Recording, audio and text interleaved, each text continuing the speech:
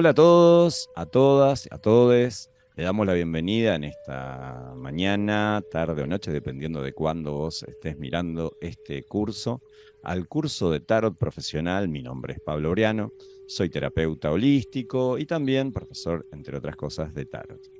Y me encanta que podamos comenzar a transitar este curso de Tarot Profesional, una experiencia que creo que es reveladora, maravillosa, y que para cada uno de nosotros puede entrañar una enorme riqueza individual e incluso profesional. Una de las cosas que me interesa, con las que me interesa comenzar, es de dónde surge el tarot. Una de las preguntas que muy frecuentemente nos hacen y nos han ido haciendo a lo largo de los diferentes cursos que dictamos. Hay dos versiones mitológicas, ya que en realidad no existe una versión oficial, es decir, no existe arqueológicamente y históricamente una documentación que pruebe cuál es el origen último del tarot, dónde surge por primera vez en la historia de la humanidad. Entonces quedan dos versiones que son más bien de tipo mitológicas, y una es que el arcángel Metratón, uno de los arcángeles encargados de donar al mundo la sabiduría, en un momento apiadado de la humanidad, decide compendiar toda la sabiduría universal, dicho de otra manera, toda la sabiduría que requiere cualquier individuo para alcanzar su pleno potencial, su iluminación o su autorrealización, en una serie de mensajes secretos y cifrados que están constituidos en las cartas del tarot. ¿Sí? Entonces, a través de ese conocimiento, el ser humano tendría pistas para lograr avanzar en su camino de desarrollo desde un estado de conciencia embrionario hacia la plena concientización de quién es, de qué lugar ocupa en el mundo y de cuál es su rol en la naturaleza y en el universo. En forma análoga tenemos otra mitología que responde de alguna manera también al origen del tarot y que es quizás un poco la que a mí personalmente, ya que tenemos que elegir entre dos orígenes mitológicos, me resuena un poquito más. Y esta mitología sitúa el origen del tarot en el antiguo Egipto. En el antiguo Egipto existía el culto al dios con cabeza de ibis llamado Tot, que era el dios de la sabiduría. Pues este dios de la sabiduría, también en un rol muy similar a Metratón, decide en un momento entregarle a los sacerdotes, para que estos a la vez compartan y eduquen y formen al pueblo egipcio, un compendio maravilloso de sabiduría, entregando 78 láminas que, según dice también la misma mitología, estarían realizadas íntegramente en oro, en un compendio que fue denominado el libro de Tot. Antiguamente en el antiguo egipcio la palabra libro se denominaba Ta'ar, y bueno, y como era el libro de Tot, de ahí viene la combinación Ta'ar y Tot, que teóricamente o mitológicamente explicaría la palabra tarot. Es decir, tenemos estos dos orígenes mitológicos, pero no tenemos una prueba científica fehaciente que nos pueda datar el primer tarot que apareció en el mundo.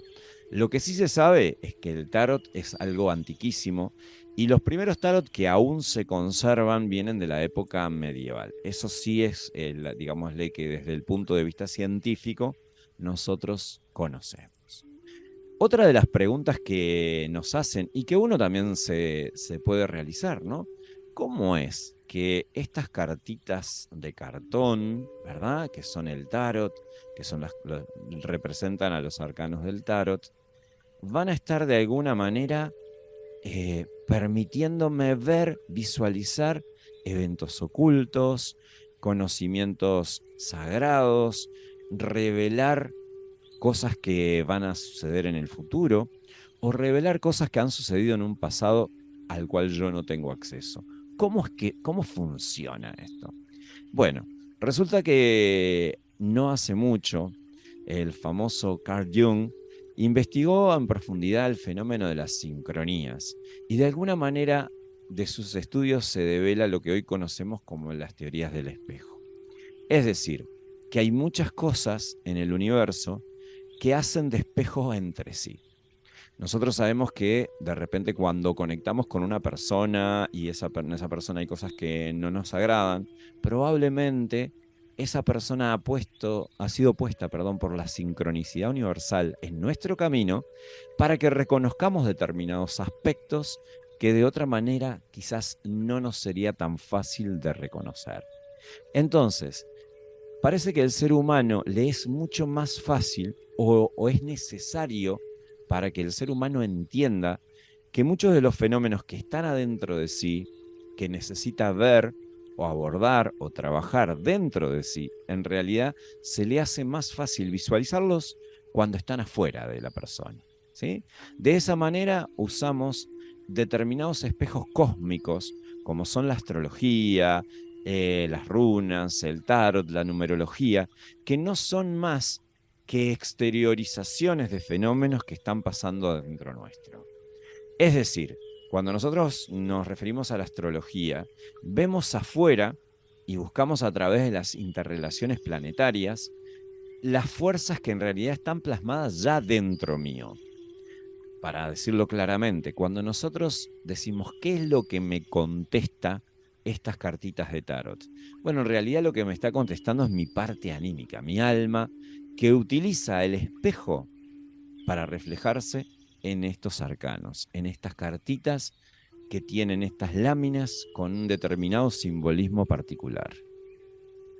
Genéricamente denominamos tarot a todos los mazos de cartas que nos permiten hacer predicciones, que actúan en forma oracular, que nos permiten conocernos, bueno, de los eventos futuros, pasados o de nuestro interior. Pero eso no sería del todo correcto. Los tarot, hay mucha variedad, hay un gran abanico de tarot que vamos a ir conociendo de a poquito a lo largo de este curso. Pero lo primero que hay que diferenciar es entre lo que son los tarots y los oráculos. Son dos cosas diferentes. Los tarots siempre responden a la misma estructura. Tienen 22 cartas mayores, llamadas arcanos mayores, que tienen una mayor preponderancia y protagonismo dentro del conjunto de las tiradas, que nos hablan de verdades trascendentales y fundamentales de la vida del individuo, del proceso de desarrollo de su conciencia, ¿sí? Y después tiene otras 56 cartas, también llamadas arcanos menores, que tienen una incidencia más en el plano terrenal y nos vienen a relatar los eventos coloquiales, las cosas, las situaciones, las características de esas situaciones. Entonces, entre los arcanos mayores que nos hablan de los procesos y los arcanos menores que nos hablan del cómo se van a desarrollar esos procesos, de la forma en que se van a ir escenificando esos procesos, es que obtenemos la respuesta. Los tarot, como dijimos, son diversos, pero siempre tienen 78 cartas distribuidas en 22 arcanos mayores y 56 arcanos menores. Después existen una multitud también de lo que llamamos oráculos. Por ejemplo, acá yo tengo un oráculo para mostrarles que uso, que es el oráculo de los ángeles. A ver si logramos que se vea bien. Ahí va, ahí se ven bien, ¿ves? Pero este oráculo justamente no responde a la lógica o a la estructuración en la que se manejan los tarot. Existen un montón de oráculos, oráculos femeninos, oráculos de runas, oráculos de ángeles, oráculos de gemas, existen muchísimos. No es que los oráculos no sirvan y los tarot sí, no es por ahí que viene la cosa. Lo que sí decimos es que los oráculos, cada uno de ellos, va a tener su propia lógica para ser interpretado. Mientras que los tarot, al poseer la misma estructura, todos funcionan o son abordables dentro de la misma lógica, contemplando las diferentes particularidades que cada uno puede presentar, ¿sí? Entonces, una cosa son los tarot, 78 cartas distribuidas en 22 arcanos mayores y 56 menores, y otras son los diversos oráculos, que cada uno de ellos nos va a requerir un aprendizaje específico para poder utilizar ese oráculo. También otra de las preguntas que me hacen frecuentemente, ¿qué diferencia hay entre el tarotista y el cartomante? O entre el tarot y la cartomancia. El tarot siempre requiere de dos partes trabajando juntas para la interpretación. Una es el conocimiento de los símbolos que están plasmados en las cartas, que actúan como mojones para la lectura, ¿sí? Y otra de las partes que actúa en la interpretación es la intuición, ¿sí? Entonces el tarot se interpreta de una manera de lectura simbólica unida con un sentido intuitivo. Mientras que la cartomancia implica directamente un trabajo intuitivo, es decir, no necesariamente se basa en un conocimiento simbólico. Simplemente la persona que es cartomante establece un vínculo intuitivo entre lo que ve en los símbolos que están plasmados en el oráculo o tarot que utilice y su propia intuición. Les cuento el ejemplo, por ejemplo, una amiga que ella tira las cartas españolas, ¿no? Y ella en realidad no tiene un lenguaje simbólico como sería el que emplearía cualquier tarotista. Ella simplemente, dependiendo de las cartas y de la sensación que le da la interpretación. Y es bastante buena. Es decir, no necesariamente que una persona sea cartomante implica que no es efectiva, no es eficiente, porque de repente tiene un gran desarrollo intuitivo y eso le permite ser muy asertivo en lo que está develando a través del espejo de esas cartas. Sin embargo, el camino que nosotros transitamos, que es el del tarotista, desarrolla el lenguaje, la comprensión del lenguaje simbólico y lo une a este lenguaje intuitivo que cada uno de nosotros tenemos y que también vamos a ir trabajando a lo largo del curso. De esa forma entendemos que es un poco más completo porque tenemos un lenguaje que nos va pautando por dónde viene determinado mensaje, más nuestra propia intuición que complementan la interpretación de la tirada, ¿sí? Como dijimos, existen muchos tarots, ¿sí? Existen prácticamente cientos de tarot, podríamos decir. Tengo una amiga, por ejemplo, que tiene un tarot muy simpático que es de gatos. Hay tarot de duendes, hay tarot de brujas, hay tarots hechos por diferentes artistas, como por ejemplo el de Salvador Dalí, hay tarot celtas, etcétera, etcétera. Mientras conserven la estructura de 22 arcanos mayores y 56 arcanos menores, son tarots, ¿sí? Pero bueno, nosotros básicamente podemos diferenciar que existen tres tipos de tarot fundamentales, ¿sí? Y que son los que vamos a transitar a lo largo de este curso. Los tarots, todos entre sí, van a compartir una gran similitud en los arcanos mayores. Los arcanos mayores de todos los tarots vamos a encontrar puntos de similitud evidente. Veamos, por ejemplo, ahí tenemos lo que es el arcano número 1 y vemos cómo en el tarot egipcio, en el tarot de Marsella y en el tarot de Rider White, que son los tres que vamos a transitar, y luego les explico bien por qué, encontramos en ese arcano número 1 que cada uno guarda su estilo. El tarot egipcio, obviamente, con una figura representada al estilo del Egipto antiguo. El tarot de Marsella, que es un tarot de la época medieval. Y el tarot de Rider White, que es un tarot de la época victoriana. Cada uno tiene su estilo. Pero entre los tres podemos reconocer claramente similitudes. En los tres existe un personaje masculino que está parado frente a una mesa o altar, ¿sí? Sobre esa mesa o altar se encuentran dispuestos una serie de elementos. El personaje tiene sobre su mano una varita, ¿verdad? ¿Sí? Y fundamentalmente vamos a reconocer entre los elementos que están sobre la mesa o altar los 4 palos, diseminados como la vasija, por ejemplo, en el tarot egipcio, pero que después vemos en el de Rider White, claramente representada como una copa, ¿verdad? ¿Sí? La espada, la moneda, etc. ¿Qué queremos decir con esto? Que los diferentes tarots en el área particular que llamamos arcanos mayores no tienen mayores diferencias, o sea, o son reconocibles las diferentes similitudes. Es básicamente porque están hablando del mismo fenómeno, ¿sí? Pero cuando pasamos a los arcanos menores, ahí ya la cosa puede ser bastante diferente. ¿Por qué? Porque encontramos que entre los diferentes tipos de tarots hay 3 grandes variantes de cómo abordar los arcanos menores. Una variante es como pasa en el tarot egipcio.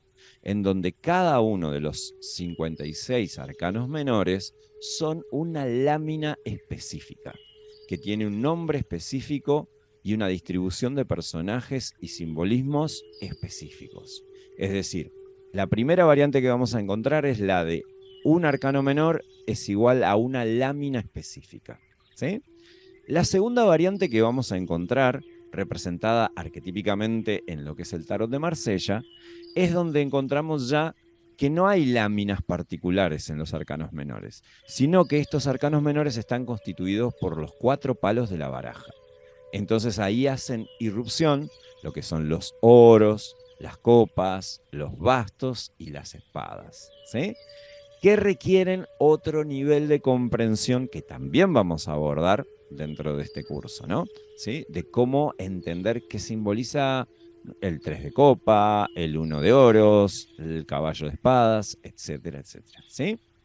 Y otra de las vertientes que existen dentro de los tarots es hacer una mixtura, es una variante mixta, en donde vamos a encontrar que existe una imagen única, pero a la vez existe una asociación con los palos de la baraja. Esto queda claramente representado en el tarot de Rider-Waite. En el tarot de Rider-Waite, como vemos, existen la mención a los números de los palos, pero también cada una de las cartas tiene una lámina en especial, ¿sí?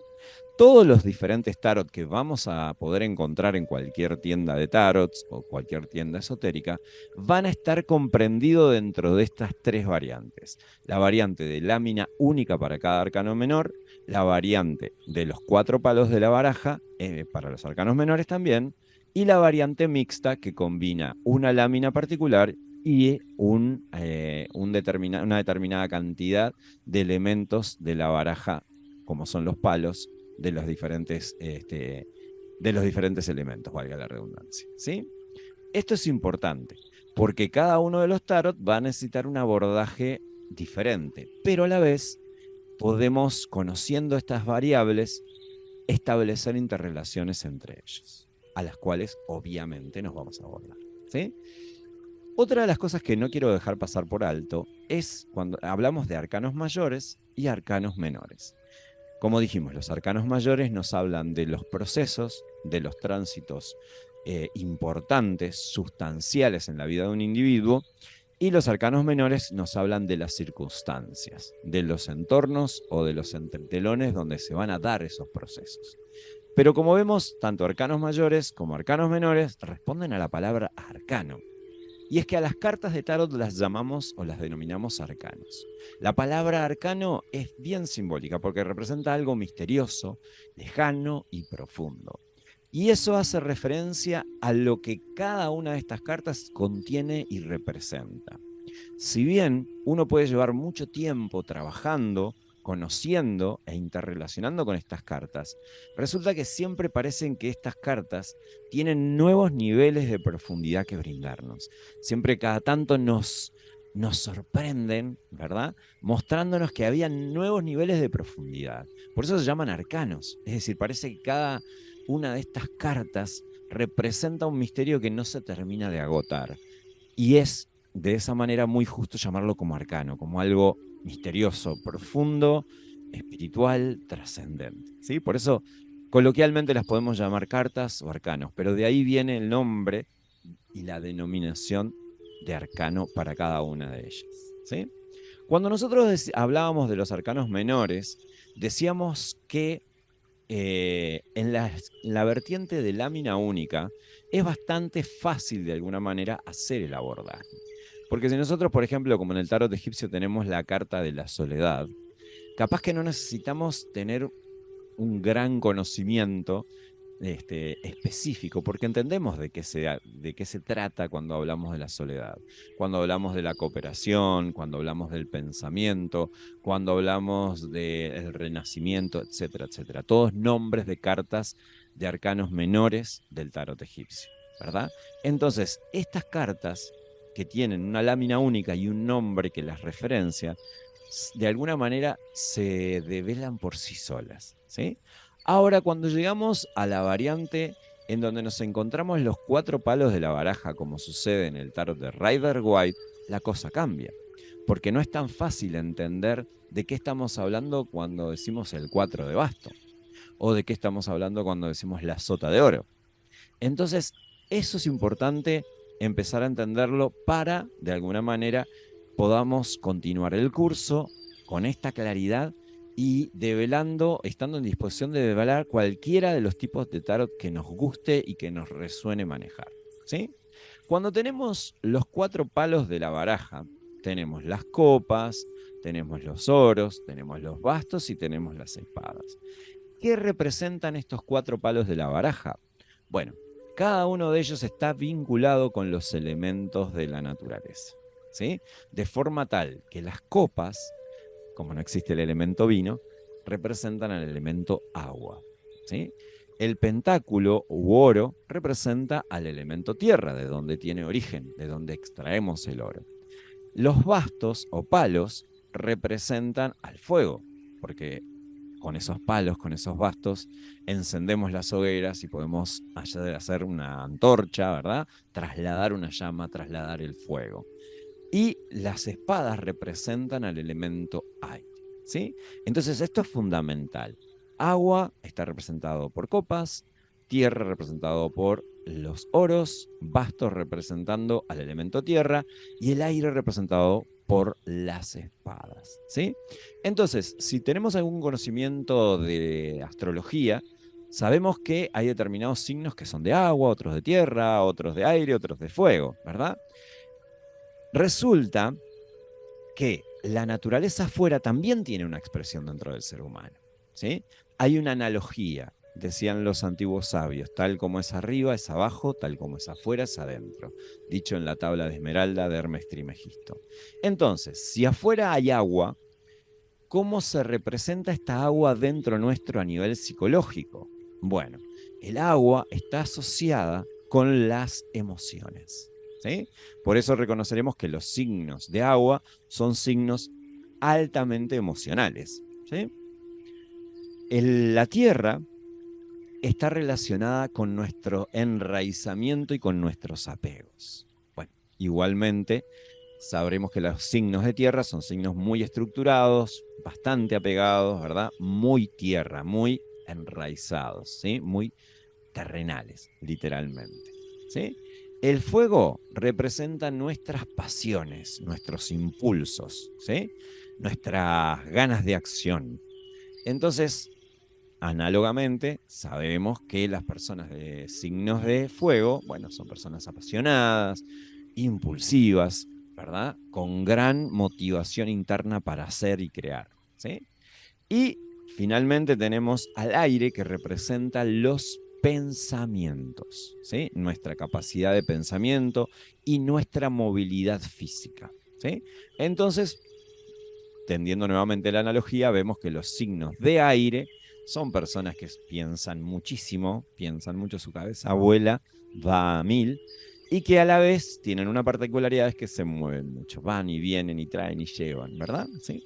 Entonces, si nosotros vemos estos 4 elementos, vamos a reconocer en cada uno de los palos a uno de estos elementos. Sería lo mismo que decir que cuando me están hablando de copas, me están hablando de mis emociones.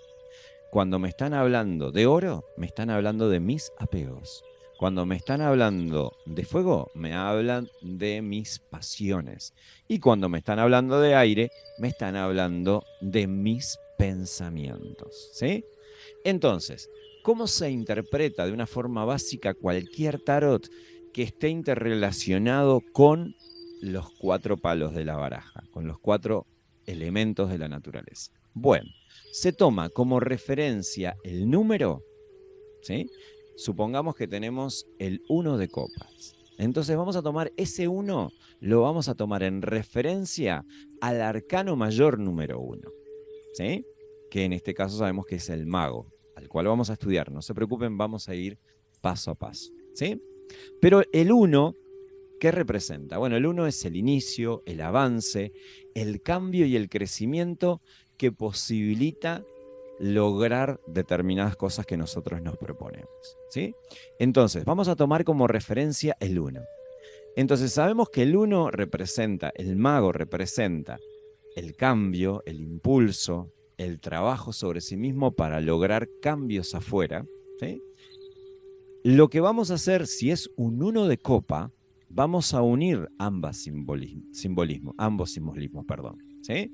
Entonces sabemos que es el cambio, es la regeneración y el impulso para crear algo nuevo, pero aplicado a las emociones. Entonces el 1 de copa nos va a estar hablando de un cambio emocional, de un crecimiento emocional y de una nueva proyección a nivel emocional, ¿sí? Podría ser una apertura, por ejemplo, una apertura que quizás en el contexto de la tirada nos hable de una apertura hacia un vínculo o hacia un crecimiento o hacia una nueva experiencia. Ahora, si ese 1, en vez de ser de copa, o sea, en donde la acepción del mago la aplicamos al elemento agua, fuera un 1 de oro, ¿verdad? Nuevamente tenemos la fuerza del mago actuando, pero en este caso sobre el elemento tierra. Entonces, nos está hablando de un crecimiento, de una reestructuración interior que nos permite lanzarnos hacia la conquista de metas materiales, de conquistas de tipo físico, concreto, nuevos negocios o nuevas creaciones o nuevas conquistas, nuevas siembras en determinadas áreas. ¿Se entiende? Si esta misma lógica del arcano del mago, del arcano número 1, la aplicamos a lo que es los bastos, bueno, seguimos teniendo ese impulso del mago, pero en este caso está actuando en el elemento fuego. Entonces está hablando de una regeneración, de un cambio, de cómo manejar sus impulsos, ¿sí? Y de cómo a través de ese cambio de manejo de los impulsos vamos hacia el mundo en búsqueda de nuestros logros. En este caso, lo que nos estaría diciendo es que la persona, bueno, ha aprendido a atemperarse y a manejarse de forma fuerte, de forma decidida, pero sin agresión, ¿sí? Nos habla de un cambio de postura frente a cómo manejarnos y expresarnos hacia afuera, ¿sí? Y si ese mismo mago, ese 1, lo aplicamos, en este caso, en relación a lo que es el aire, lo que vamos a tener es una persona que ha aprendido a manejar y estructurar sus pensamientos de una manera más ordenada, que establece de repente algunos cambios que mejoran su rendimiento intelectual y que desde ahí se aboca a un nuevo proyecto, ¿sí? Entonces, ¿cómo se trabajan con los arcanos menores que están significados por los 4 palos de la baraja o por los 4 elementos de la naturaleza? Utilizamos el elemento de la naturaleza sumado, de alguna manera, en esta analogía, al arcano mayor que hace referencia. Por ejemplo, un 3 de basto, el 3, como lo vamos a ver más adelante, es la emperatriz, y la emperatriz simboliza las fuerzas de la creación, que algo se crea, ¿sí? Pero como si es basto, dijimos 3, creación. Y bastos es pasiones, ¿no? Bueno, entonces, por ejemplo, el 3 de basto probablemente me va a estar hablando de un nuevo vínculo, de una nueva creación que me apasiona, ¿sí? Puede ser un nuevo vínculo afectivo, sexoafectivo, o puede ser una nueva área creativa que me ha capturado totalmente la atención. Pero lo importante es que vayamos entendiendo cómo funciona esto, ¿sí? El tarot nosotros no lo vamos a interpretar solo desde la memoria. Lo importante, y es lo que vamos a trabajar en este curso de tarot, es entender la lógica de cómo funciona. Cómo vamos a ir estructurando una pieza con la otra y juntas nos van a ir dando el mensaje, ¿sí? De la misma manera que supongamos que vamos a hacer una ensalada, ¿no? Bueno, entonces no es lo mismo el sabor de la lechuga o el sabor del tomate o el sabor de la cebolla que cuando los combinamos juntos, nos dan un nuevo sabor. Pero cuando yo conozco los sabores individuales, al juntarlos entiendo, tengo una clara aproximación de a qué va a saber. De esa manera, lo que necesitamos es conocer los símbolos fundamentales y luego tener la inteligencia para mezclarlos y la intuición para develarlos. Todo eso no te preocupes que lo vamos a ir viendo paso a paso en este curso, ¿sí? Lo que antes de despedirnos quiero darte lo que son unas recomendaciones que considero muy importantes en el trabajo y en el abordaje del tarot.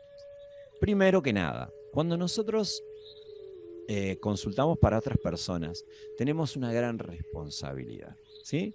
Si viene una persona a consultar con nosotros, lo más probable es que se encuentre en un momento de confusión, en donde no tenga claridad en su camino.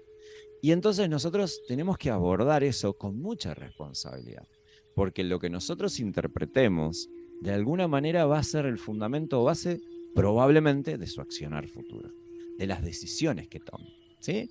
Entonces, abordarlo con esa responsabilidad, no con un sentido de culpa ni de temor, sino con responsabilidad, ¿sí? Hay determinadas preguntas dentro de este sentido de responsabilidad que hay que manejar con especial responsabilidad, valga la redundancia. Por ejemplo, a veces las personas pueden preguntarnos ¿cuándo me voy a morir? ¿No?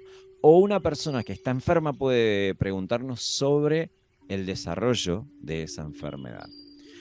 El parámetro básico para ser responsables es que la verdad siempre tiene que ser dicha, pero hay que muchas veces tener el cuidado necesario para cómo decirlo. Hay preguntas, por ejemplo, de cuándo me voy a morir o cómo me voy a morir, que bueno, hay que ver el contexto. Quizás en ese caso, muchas veces procede interrogar a la persona. ¿Para qué querés saber esto? ¿Cuánto te aporta? Porque quizás puede ser un conocimiento que sea perturbador, ¿verdad? Entonces es nuestra responsabilidad manejarnos en forma adecuada. Cuando muchas veces de repente la persona no lo está haciendo, pero no lo está haciendo producto de su propia confusión, ¿sí?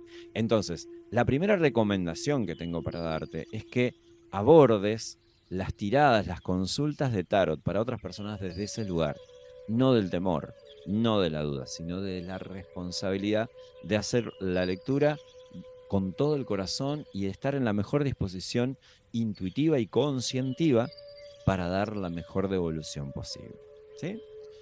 Otra de las recomendaciones que te voy a dar es que cuando nosotros nos hacemos consultas para nosotros mismos, resulta que pueden hacer aparición una gran dosis de subjetividad. ¿Por qué? Porque supongamos que nosotros estamos conociendo a alguien desde lo vincular amoroso y nada, salimos corriendo, ya que conocemos de tarot, a hacer consultas en el tarot. Pero lo que puede pasar es que nuestras ganas, nuestro impulso, nuestro deseo, termine de alguna manera falseando o bien la tirada que sale, impregnándola, vamos a decirle con esas ganas, o bien falseando la interpretación que hacemos, ¿sí?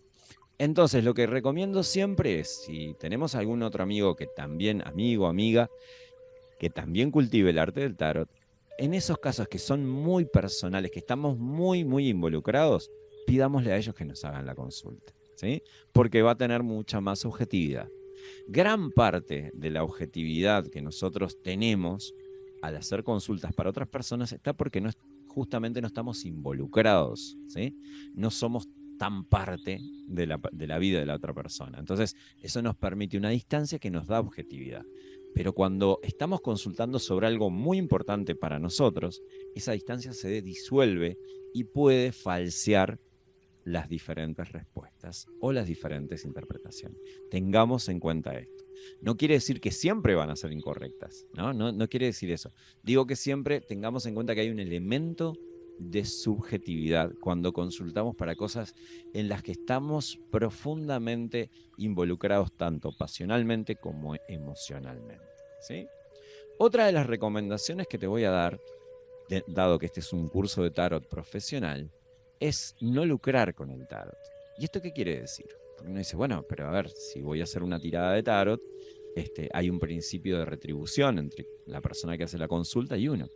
Claro, una cosa es el principio de retribución y otra es el lucro. Y vamos a aclarar esta diferencia que puede ser sutil, pero a la vez es trascendente.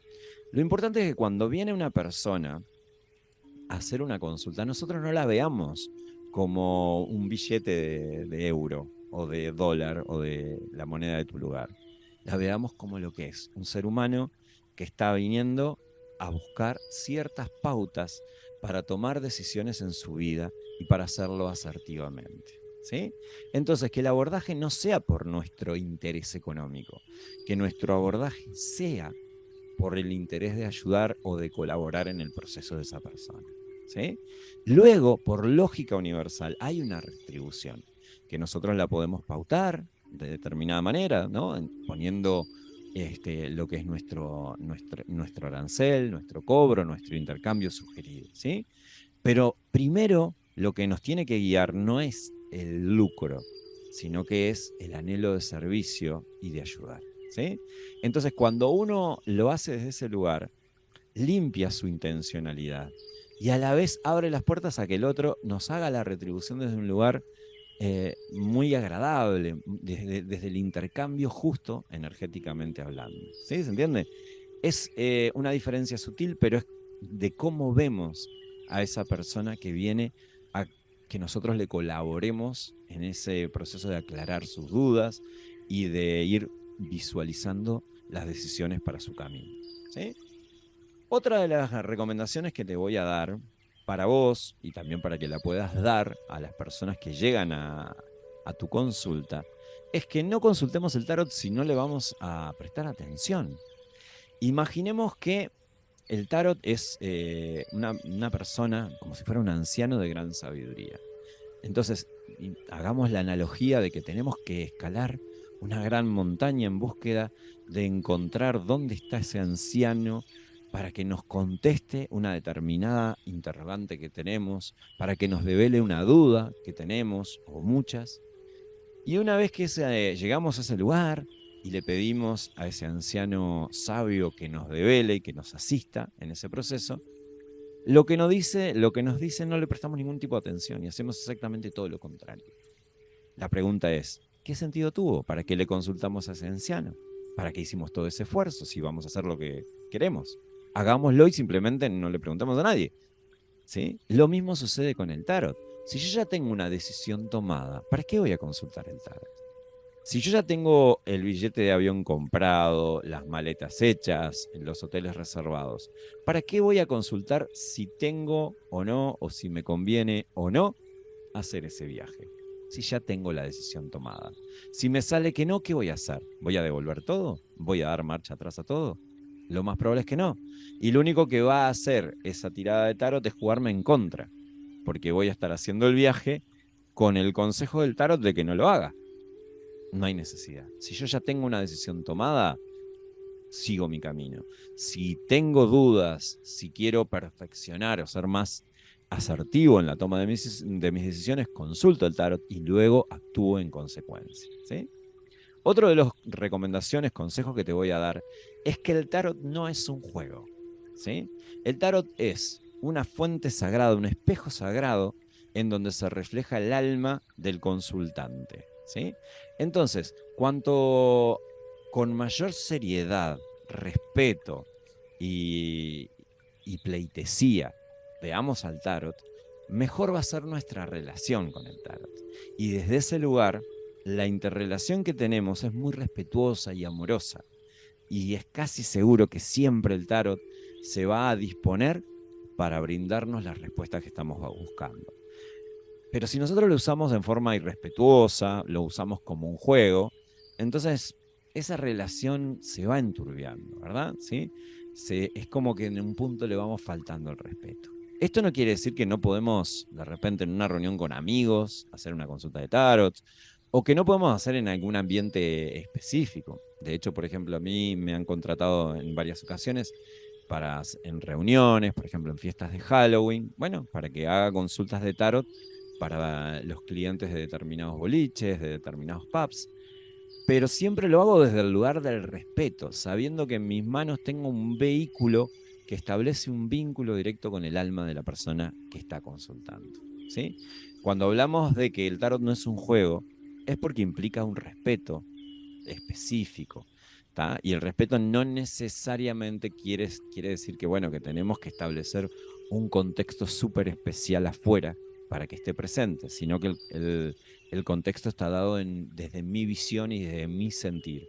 Yo no estoy manejando unas cartitas, estoy usando un tarot sagrado, ¿sí? Otra de las cosas que me parecen importantísimas a tener en cuenta, sustanciales a tener en cuenta, es la pregunta. Y acá tengo muchas recomendaciones para dar. Cuando alguien viene a hacer consultas, a plantearnos sus dudas, en general las personas llegan con un estado de bastante confusión, llegan bastante caóticos, al punto tal de que no saben muy bien ni siquiera cómo estructurar la pregunta, ni siquiera saben qué es lo que quieren preguntar, ¿no? O sea, por ejemplo, una persona que anda con dificultades económicas, quizás le toca, bueno, llega a la consulta de tarot y dice, el año que viene voy a tener mejoras en el trabajo. Y quizás lo que quiere preguntar no es si va a tener mejoras en el trabajo. Quiere preguntar sobre el desarrollo de su situación económica en los próximos meses. ¿Se entiende? Entonces ahí nosotros tenemos que ayudar y colaborar. Yo siempre digo aplicar como el bisturí, ¿sí? E ir interpretando una a una las diferentes cosas que la persona quiere consultar. A veces la persona viene y nos hace una consulta demasiado genérica, ¿sí? Pero que en realidad quiere saber como diferentes partes de su vida, ¿sí? Nosotros podemos hacer consultas generales. De hecho, vamos a estudiar en el apartado de las consultas lo que son las consultas particulares, específicas, y las que son las consultas generales. Pero es importante que cuando la persona quiere tener un panorama de una determinada situación, podamos ir preguntando en forma específica de las diferentes áreas. Por ejemplo, si la persona nos pregunta por su trabajo, bueno, ¿qué te interesa saber de tu trabajo? ¿Te interesa saber si van a haber ascensos, si van a haber cambios, si van a haber mejorías o desmejoras a nivel del ambiente del trabajo, si van a haber aumentos de sueldo? ¿Qué es lo que te interesa? O todo eso. Si te interesa todo eso, hacemos una tirada específica para cada una de esas cosas y logramos un panorama muy, muy claro de lo que la persona está queriendo saber. Otra de las cosas importantes, cuando se trata de proyectos o de cosas que uno está esperando o que no sabe si van a venir o no, es que podamos pautar tiempos. Porque, por ejemplo, a veces la gente viene y nos pregunta cosas del estilo tal como ¿me va a salir este trabajo? Y bueno, entonces ahí el factor tiempo es importantísimo. ¿Por qué? Porque de repente el trabajo me va a salir dentro de 2 años. Y el tarot me dice que sí. Si yo le pregunto que si me va a salir el trabajo, le va a decir que sí. Pero de repente lo que la persona está esperando es si le va a salir el trabajo dentro de 1 mes, o 2 meses, o 5 meses. Porque capaz que dentro de 2 años no le sirve, ya no sería el tipo de opción que elegiría, ¿se entiende?